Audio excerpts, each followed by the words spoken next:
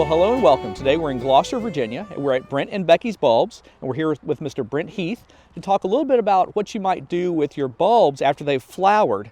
So, Brent, thank you for letting us come out today. Well, Chris, I'm delighted you're here, and there's some very special things that you should really do for your bulbs to help them to generate new blooms for next season. Well, Brent, you've got a beautiful garden here, lots of daffodils.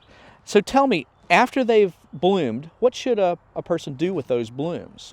Yes, we want to leave them at least 8 weeks after they bloom until they begin to turn yellow, and then cut the foliage. Okay, Okay. The leaves, the solar collectors, have finished recharging the batteries then. Do not tie them in a knot or braid them, because that's daffodil suffocation. Gotcha. Okay, so the leaves themselves wait about 8 weeks, and then you can cut them back. And the blooms themselves, do you need to take those off? Well, for aesthetic reason, you can deadhead, just pull them off. But very few daffodils ever set seed, so that's not necessary for the health of the bulbs. Now, I've noticed that in this planting here, you have some other things planted. Why do you do that? We do. We do have Solomon's seal, which will follow sequentially to keep this garden pretty the rest of the year. But also, the Solomon's seal will help keep the bulbs dry in their summer dormancy, because almost all bulbs like to sleep in a dry bed when they're dormant, just like you and I like to sleep in a dry bed. Right. Okay, great. So there's some companion planting here. It really works well. Companion planting is ideal with bulbs. Well, Brent, I understand that they need a lot of sun to recharge. So you've got some trees around here. Tell me what's going on with that. Of course.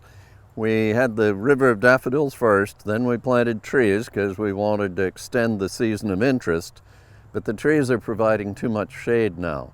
So we're going to limb up and try to let in more light. And we're going to thin some of the trees. There are too many trees here now.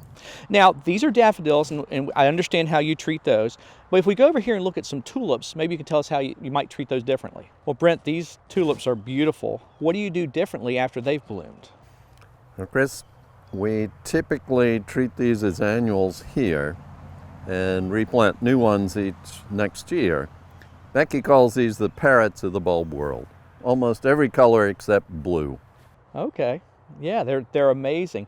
So you just dig them up and you store them?